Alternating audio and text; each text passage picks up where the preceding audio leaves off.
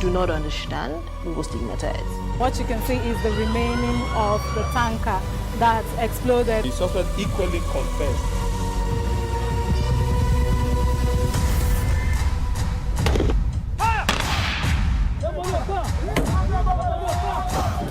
Now 500 naira they collect them. If you don't talk, then go beat you. Now 2,500 they pay.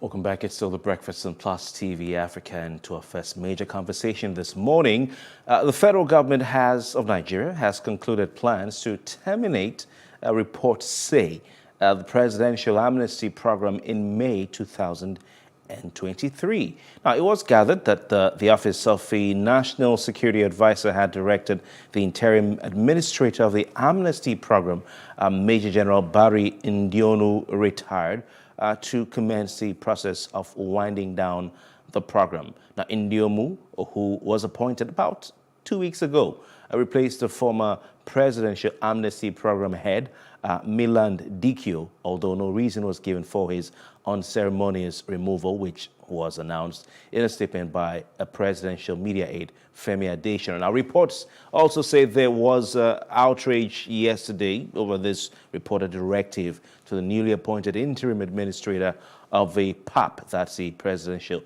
Amnesty Program, in case you're wondering what that is. Now, stakeholders including the Pan-Niger Delta Forum, PANDEF, the Ijaw Youth Council, IYC, a frontline human rights activist in Edo State, Kola Edokbayi, a leader of the Amnesty Program Phase 2 in Akwa Ibom State, Imo Okoko, and the pioneer national secretary of the PAP Phase 3, Tam Odogu. They all reported to have said it would not be a good idea to scrap the presidential amnesty program. Now, the amnesty program was established, if you remember, by the Musa Yar'Adua administration in 2009. In 2009, as part of the government's measures to, stem the tide of militancy in Nigeria's oil-rich Niger Delta region. And it's come a long way from the days of Umar Musa Yar'Adua. Now, what exactly does this mean going forward for the security situation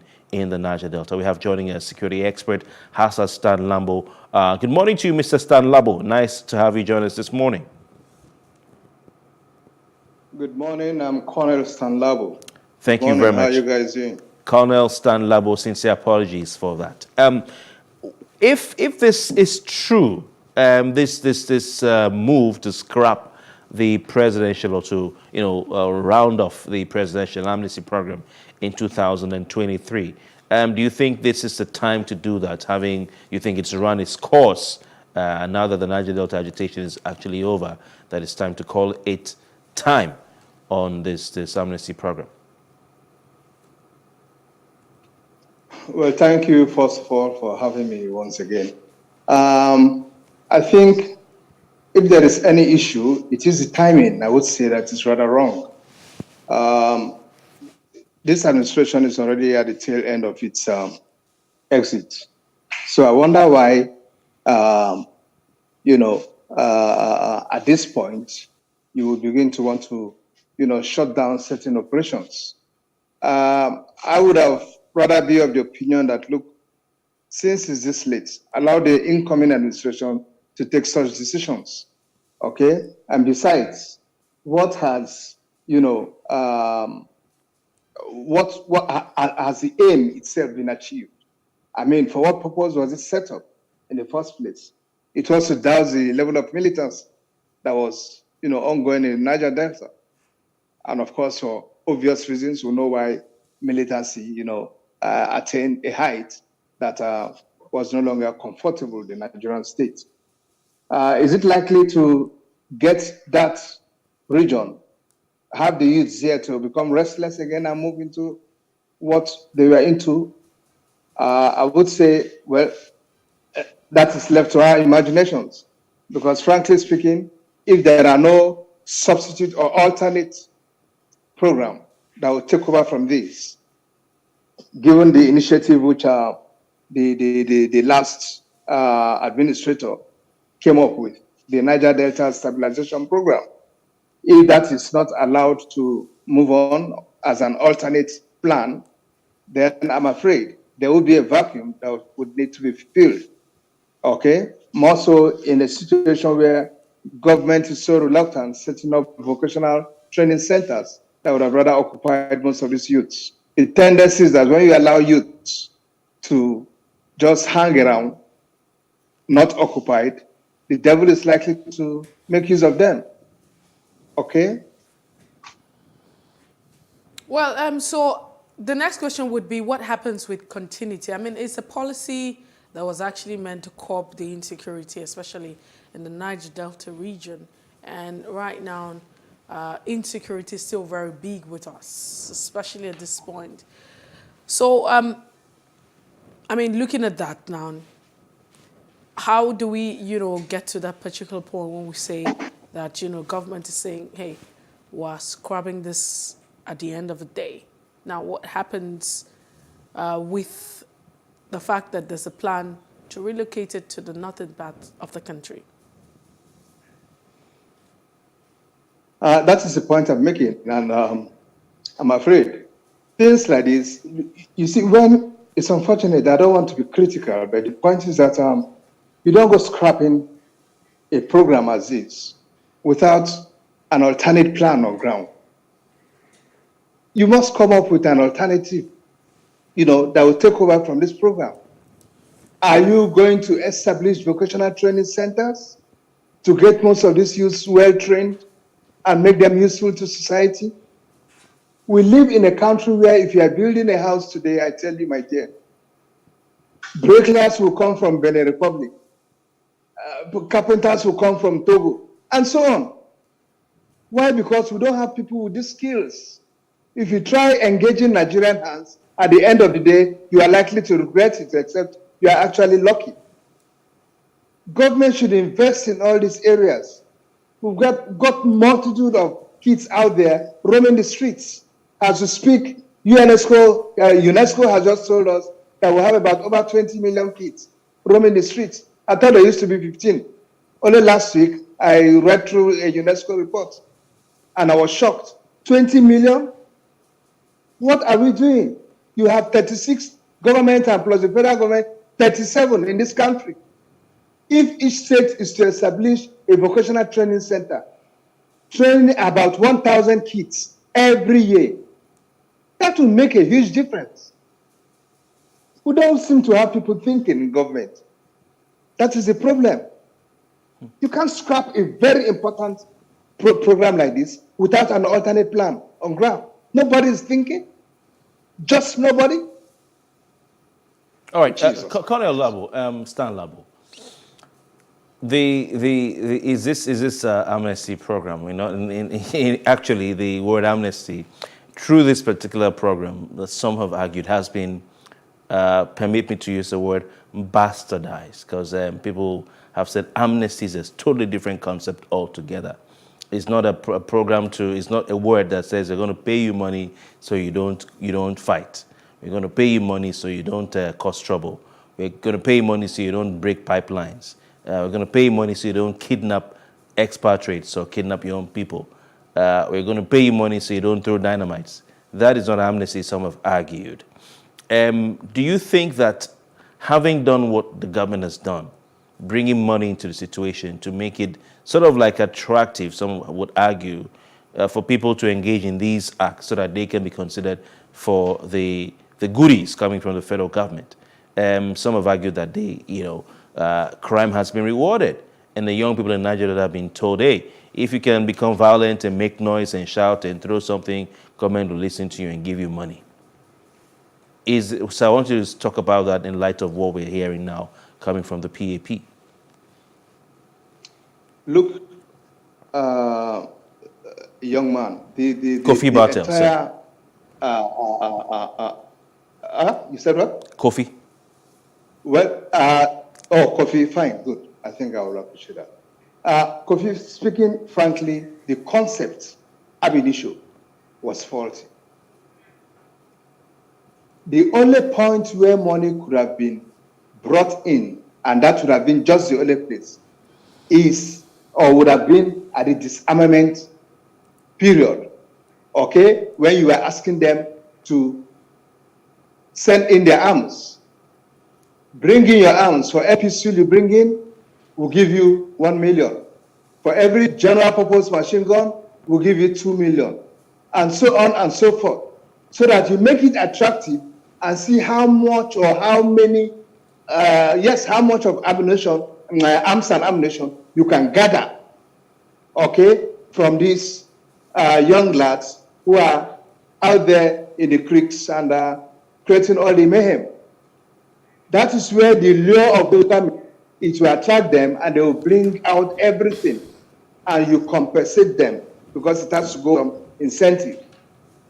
After that, the mandate of the DGR goes into place fully. All right? You immediately now commence the demobilization aspect, which has to do, of course, with you now counseling them, giving them some form of training, and so on. And you move on from there into the reintegration level, which now has to do with you giving them some enablement and reinserting them into society. What is the enablement? What is the enablement? The enablement now is that having trained them under the demobilization stage, you now give them all the necessary tools of work they need to commence. Then just pour through sum of money for them to be able to hire offices or workplace, pay salaries of 1 or 2 or 3 individuals, and so on. And this you should monitor. When you recruit 1 or 2 people who are in the job with you, that is other youths, the platform, that is PAP, should be able to take out the salaries of such guys and make sure they are paid. And you monitor and see that they are being productive. So that's why I said ab initio, the entire package, I think, was a bit faulty. But that could be corrected, because as we speak right now, I'm made to understand PAP got about 5 billion naira monthly from the revenue profile of the federal government. We could look into this and see how it is further fine-tuned. Okay. But if the decision by government is that no, we've got to shut this down, then you shut it down with an alternate plan. Yeah, but I mean, it was going to bring me to my next question of the issue of continuity, because I mean, government is a continuum. That's what we're told. And if this program was actually bought by the late President Musa Yar'Adua at the time in 2009, why shouldn't we have a continuity? That's one of the characteristics of government. But however, it seems that the government has raised a concern which we might consider, like you've rightly stated, that is valid, the issue of revenue and the fact that this is actually taking a lot. And so how do we, explain the fact that this is not just necessarily a revenue issue, but, it's an issue of saying there might not just be equity and fairness? Because also, on the other hand, there's also a plan to say we're relocating this. There's a plan to have this in the northern part of the country. So is revenue really the issue, or this is just one of the problems that we constantly talk about, the fact that we're divided as a country?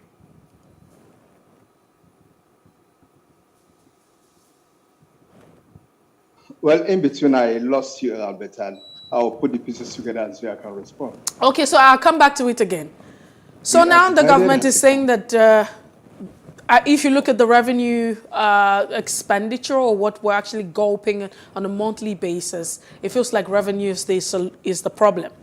But also, my concern is that government should be a continuum. And if government should be a continuum, then it should continue because it's just one of the ways to tackle insecurity, especially in the Niger Delta that was introduced by the then Yar'Adua's government, of course, late President Musa Yar'Adua.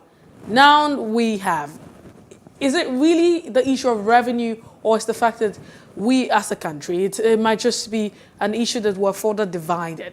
Is that we're further divided along religious and, tribal lines? Because there's a plan to relocate this to the northern part of the country. So is really revenue the challenge of this discontinuation of the program? Or you have other sentiments and interests? First and foremost, I think revenue is the major concern here, because you would agree with me that the entire country is beginning to experience a downturn in terms of revenue. And the government is in a very tight corner when it comes to resources, especially financial. And it's doing all it think it can to see how much can be saved for it to be able to meet other commitments, even though some of us have the opinion that all you need to do is look inwards and see how you can block all or some of the leakages that are on there. At times we see from outside government, we see the level of wastage that goes on in government, and you just laugh and wonder whether do these guys really know that this country is broke? Because they go about it as if the country is not broke. And that's how you find organizations like ASU not taking them serious, and most of us lending our support to the lines of action taken by ASU. Let me not digress, however. In answering your question, I would say that it is a revenue issue. It has to do with the revenue profile of the country. And then secondly, too, it is important for us to know that it's not as if this thing is being shifted to the north, but the situation up north in the northeast has necessitated a similar project to come up to. Okay, it's not as if it is being shifted, but I will continue to say the timing to close down this one is wrong. It is wrong. We must look at what actually informed this project in the first place, and to what extent have we driven it. Hassan, as the process my question would now be, if revenue is the issue, I mean, if revenue is the issue that we understand, we agree that is a major challenge. So what funds would be used to fund that of the program in the northeastern part of the country? Where are we going to get the revenue? That's the point I'm making. That is the point I'm making, that the government is trying as much as possible to squeeze and see how it could find additional money. And so preference has been placed. Commitments. All right, Hassan Stanlabo. Preference has been placed for. Yeah. Okay, sorry. Yeah, I thought you had concluded your but okay. Yeah, go on, please. Well, if you say preference has in place, I wouldn't know if any preference is in place. All I'm saying is that the government has commitments on ground. It has misused the resources at its disposal. It is now finding itself in a tight corner, and it is busy doing all the things it can do. And probably it thinks they should, wind up certain programs. And maybe, unfortunately, the Niger, the amnesty program happens to be one of those. They have earmarked maybe to immediately, close up and things like that. Okay. I wouldn't just boldly say preference as in place. No. Okay, Colonel. In the bid to look at areas in overhead of expense in the national budget to cut down, to reduce, to see how they can reduce government spending, will you blame the administration for looking at the presidential amnesty program, bearing in mind, number one, like you said, over the years, at least 5 billion naira has been committed to this program. Number two, it's been riddled with corruption. I mean, we know the history of the heads of this program who've had issues. Some of who are your colleagues, servicemen, who've had issues, questions, probes, they've been removed.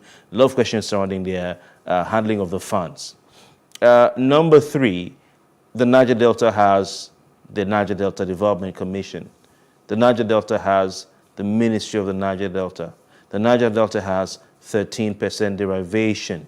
You talked about the need to look at this part of the country to do everything possible to address youth restiveness and unemployment and every other thing, just like you have in other parts of the country. With all the Niger Delta has, is that not enough? NDDC, Ministry of Niger Delta, 13% derivation. Fine arguments. That's another side of the argument, which I deliberately didn't want to go into.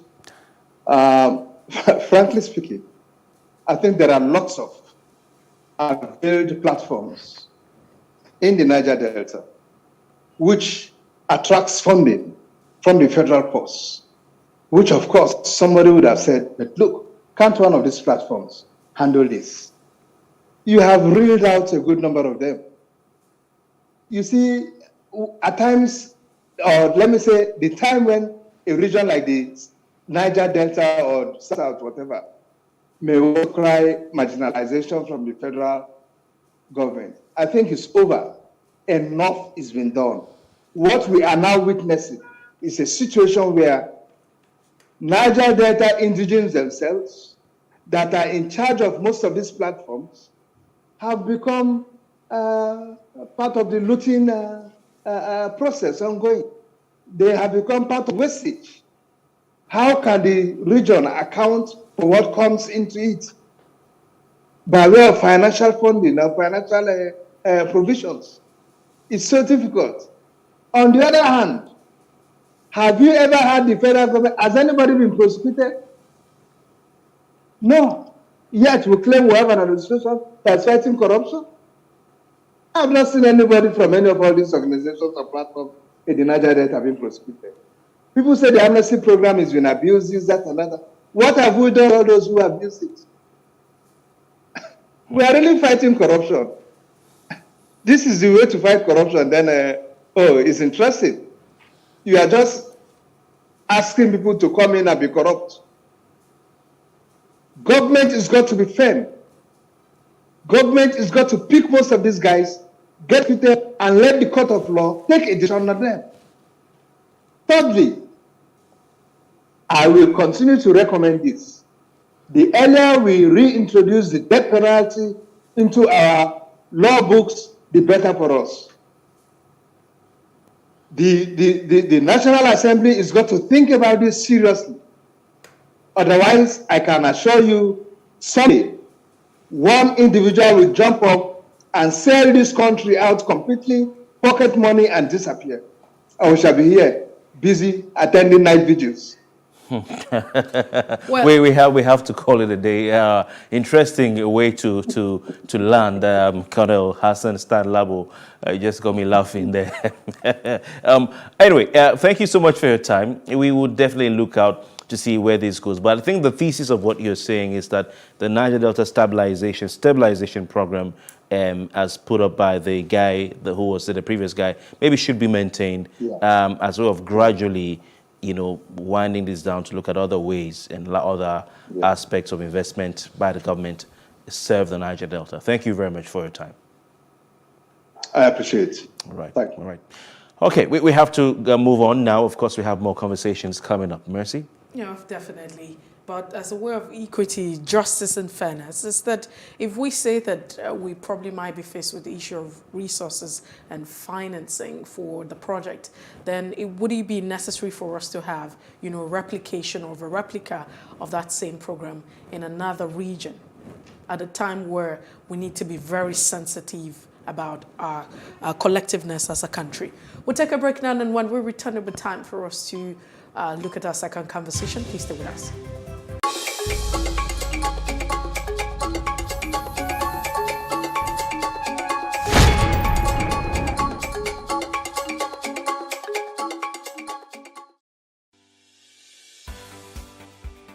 Businesses in Africa can be very challenging.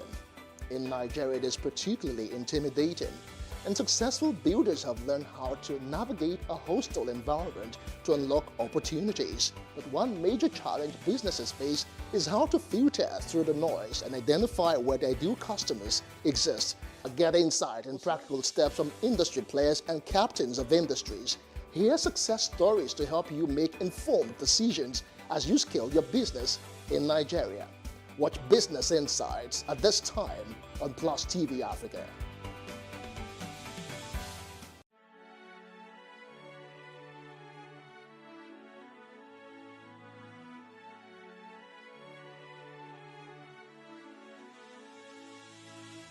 It is engagement we need to have. Those who suffer miscarriages are never taken into account. Members of the National Assembly are also influence peddlers. You are sitting on Nigerians' money.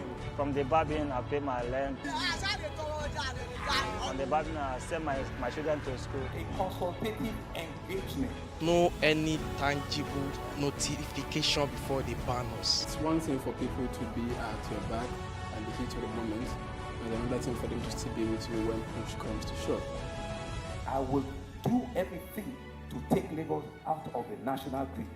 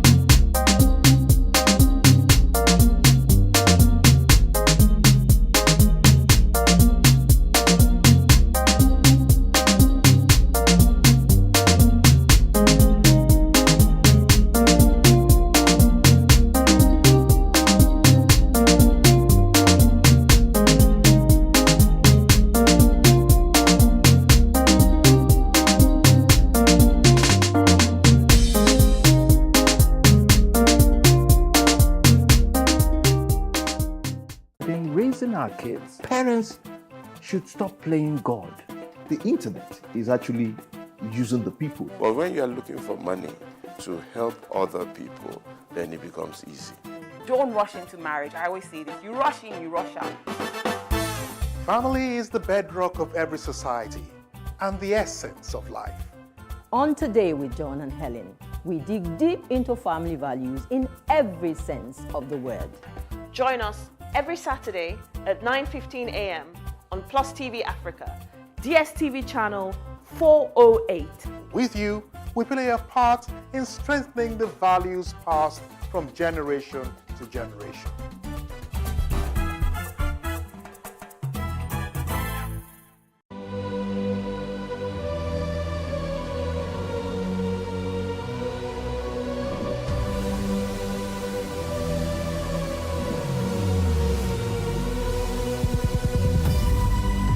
What we do not understand, we will stigmatize.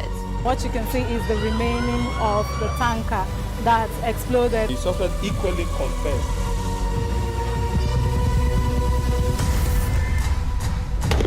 Fire! 500 naira they collect them. If you no talk, then go.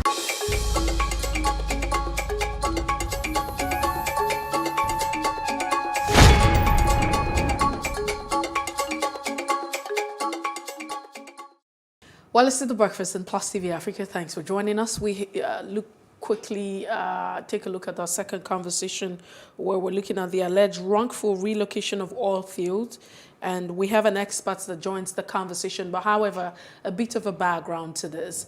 Trouble over the oil field started on April the 6th, 2020, when the regulatory agency, Department of Petroleum Resources, revoked the operating license of Bayelsa Oil Company over the alleged lack of assets turnaround for the nation.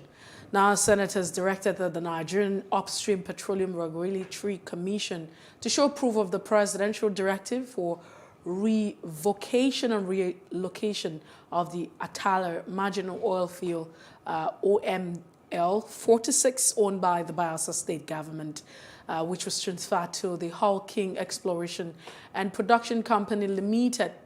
Well, the directive followed by the Senate was given, but however, you have a trio of the BOCL, Hardy Oil Nigeria Limited, and the Century Exploration and Production Limited kicking against the renovation and revocation or relocation on the ground that the original operators of the oil field exploration and production have been made and loyalties were paid into the accounts of the federal government.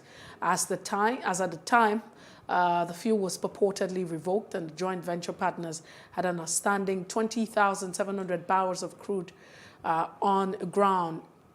We have a guest joining the conversation. It's almost over at the time we had the Bayelsa State government speaking out and being very vocal about this, saying, hey, this belongs to the Bayelsa State government. But you also have the Senate of recent time showing her consent and has made statement. But what does this mean at the end of the day for Bayelsa State? We have Olabode Shoumi, who is an oil and gas expert, joining us this morning on the conversation. Thank you for joining us, Olabode Shoumi.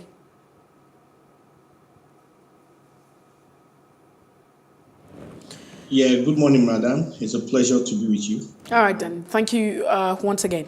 Quickly, what do you make of all of this? I mean, this is a conversation that's been going on for a long time. We're in 2022, but something that started way back from 2020. I think Atala was way before 2020. So we can just go to the origins of when the licenses were revoked. Were given by the federal government. There were incidents, there were activities that led to the revocation in the first place. So when the joint venture was given, there were three partners, Century, Bayelsa State Government, that there was a lot of fights and disagreements among them, to the extent that nothing was being done. The DPR then wrote them a warning letter saying that if they did not develop the fields, that their licenses would be revoked. But still, they were not able to harmonize. The three parties were not able to harmonize and get work going. In fact, in point of fact, there is a record where Century wrote a letter to the DPR then, asking them for the licenses to be revoked. So it was really no surprise per se when the licenses were revoked. So first of all, they had no activity on the field, primarily because they were having issues. So while we understand that they paid royalties and all that, but it's also important that we allow the law to work. It's just unfortunate for the new people hacking who have been allocated the field, that they are inheriting a seabed of problems, primarily because one of the people that was given the licenses is a state government. So the issue here is about law and order, and the fact that the commission, which has the powers to do this thing, must be allowed to do its work. I mean, that's the essence of the Petroleum Industry Act anyway. At any rate, they made a representation to the commission, and the commission set up a committee headed by one of its commissioners to investigate the whole issue. and they took a few months. They took evidences from everybody. They listened to them, and they also came up with the fact that the old DPR, as it was in the right to revocate those licenses. And subsequently, I think it went somewhere else. Now, what they have done is go to an arbiter, because what the Senate, the responsibility the Senate has in this case is to just check whether the DPR acted in good faith and with respect to existing laws, which I believe the Senate will do. But in the process, they have brought a lot of things into the media. You know, sometimes you take your fight to the media to ensure that you get even better hearing. So it is the responsibility of everyone to hear from all parties, for which I'm not a party to anyone anyway at this moment. But you may want to speak to the NUPRC, who have already listened to all the parties, are judging the case, and issued a letter to all parties on the results of the arbitration that they did. You may also want to speak to the new people who were allocated the licenses, and then you may have a different view on the whole thing. But the truth be told is that we as Nigerians need to learn to be comfortable with law and order. We cannot just expect that every time, because we have some power and we have some influence, we can break laws, we can alter circumstances and allow things to go away. We cannot, I mean, that's how we got into commotion in the first place. The PIA is clear in terms of who has what authority. And it is also clear everywhere in the world, if you are given a license and you do not use it, and there are extant laws within those licenses that says it can be revoked, then you have the challenges of it being revoked, particularly because there was a warning letter from the DPR then that there was no development and they stood the risk of being revoked. But more importantly, because one of the parties had written to the DPR asking that the licenses be revoked because of irreconcilable differences. So, I mean, those are facts of the matter that can be verified. Irreconcilable differences, or, turn around at the end of the day to the nation? Well, I'm not Century, so I cannot speak to their intent.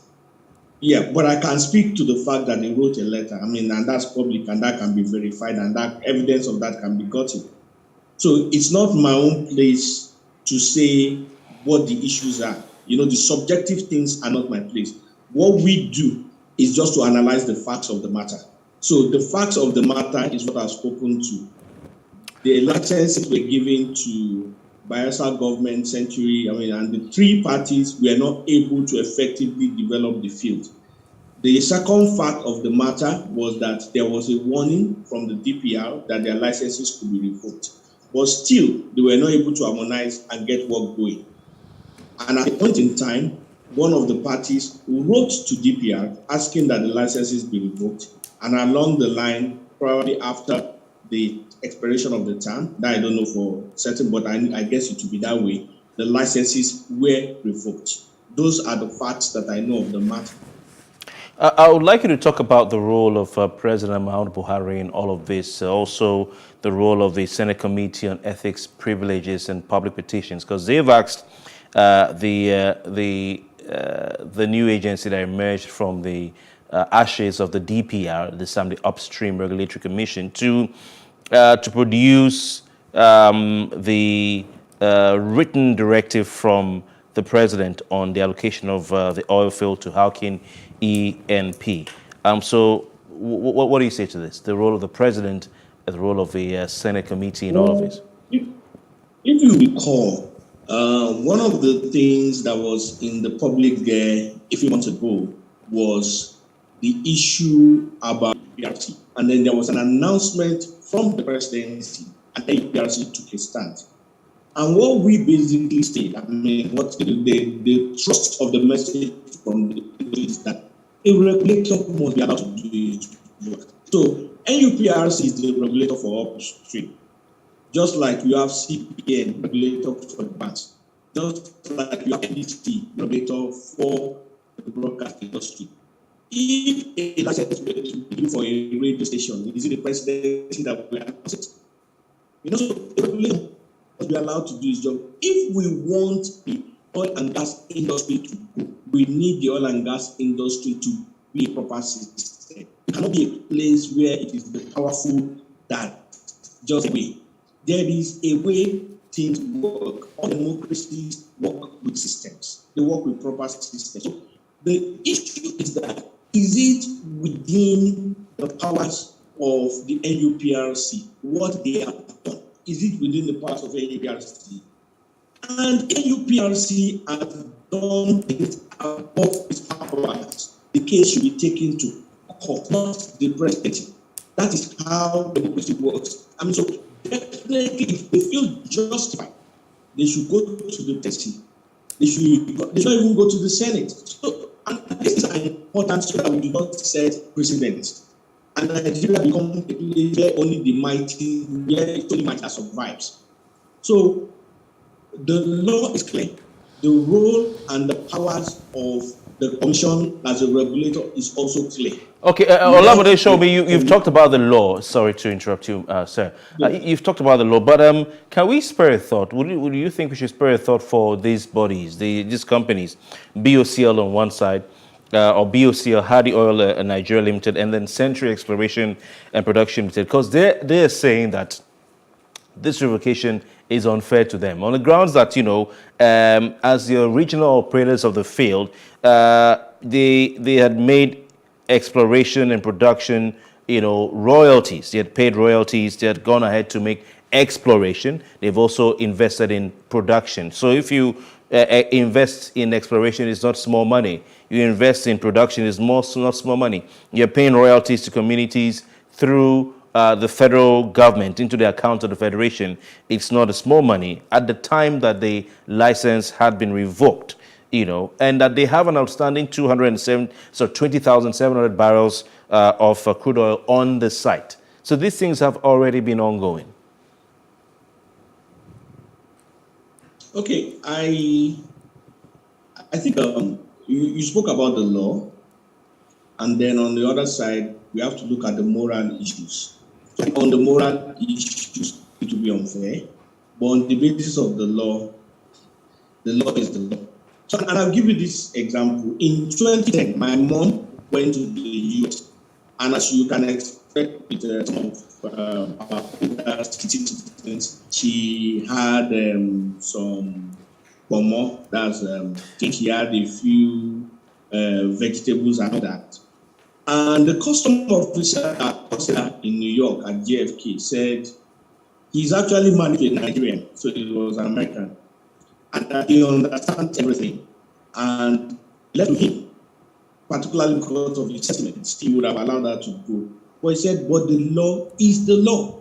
And on the basis of that, all that she spent a lot of time had to be ceased, because they had not followed the procedure for entry into the United States. There is something about law and order. It is a fundamental. It's an economic fundamentals, because if you check the list of economic fundamentals, law and order is one of them. When you get a license and you have paid for your license, that does not mean you own it 100%. And I'll give you an example of a broadcast license. There are actions you can take when you have a broadcast license that can make your license to be revoked. The same thing with the banking license. Irrespective of whatever commitment and investment you must have made. Now, under the same law that granted the oil license, there are conditions where that license can be revoked. And one of it is non-investment and non-actions on the field. But more importantly, the fact that they were actually warned about an impending revocation. So these are facts. Okay, so quickly, so when we talk law, yes. Let's bring this down, because I want to understand if you would describe the action of the executive arm of government, where the president, on the strength of protests, President Muhammadu Buhari at the time in October, directed the immediate reinstatement of the revoked license on a discretional basis. I mean, we have seen that the Bayelsa State government has said, we're going to be committed to ensuring that, hey, if it's a turnaround and whatever you have, we're going to improve this, if that's the issue. Would you say that the declaration or the act or the involvement of the executive arm of government led by the president is a meddlesome interloper? First of all, so we're going into the details of law and order now. So I think the lawyer reacts on that. And I'm being fair. I'm trying to get to everyone. So I don't want to speak beyond what is my own expertise. What the federal government does will be right if it is consistent with the law that is in existence, and that is the PIA. But I'm only speaking, I'm a technical expert, and I'm aware of some of the issues in this case. That is the basis for which I'm speaking. If the president acts in a manner that is consistent to the law, it can be taken and that is reversed. So the issue here, the point I make, is a point of principle. It has nothing to do with any of the stakeholders. And the point is this, that we have to follow what the law says. Where there is inconsistencies or debate about the law, in a democracy, the person that corrects it is the court. It is not the president. So if there are sincere and genuine grounds by any of the parties, the real place to go is the court, is not to go to a higher authority, because you cannot appropriate and reprobate. So the government, if the DPR did not, so where the Bayelsa government can have a case is if, like they are alleging, that the circumstances and the procedures for the revocation of the license was wrong or illegal. Then they can have a case. But they cannot have a case by saying that simply because they have invested so much money that the license cannot be revoked. That is not tenable within law. All right. So we have to go. They need to actually check. Yes, please. Yes. Your final sentence, please. Okay, so that's not tenable within law. So to my mind, since the NUPRC, which is the regulator, has looked into the case and found in favor of the old DPR. So what they can do now is take the NUPRC and those who currently have the license to court and state their case before the court. All right. Let the court determine. You see what things we need Olabode, we have to go now. Let people check the law. Olabode, we have to go. I'm sure we can have this conversation some other time. But for me, it leaves the question of what it could be now that the Senate is saying, hey, we're frowning, and they're asking that there be a proof, where that license was asked to be directed. What becomes, of the situation? A conversation for another time. Thank you so much, Olabode Shomi, oil and gas expert. Thank you very much. It's a pleasure. Well, that's it this morning on the show. I mean, it's quite interesting. I really don't know. It feels like we get back to the times where we dig some of these issues, from way back. But we've been speaking with an expert, and he shared his thoughts on all of that. But let's see how all of these things pan out. And that's the size of our conversation this morning on The Breakfast. If you missed out on any part of it, it would be okay to follow us on Facebook, Twitter, and Instagram. And to subscribe to our YouTube channel, who's at Plus TV Africa and Plus TV Africa Lifestyle. My name is Mercy Boko. Have a great morning. And my name is Kofi Bartels. We return tomorrow. Good morning.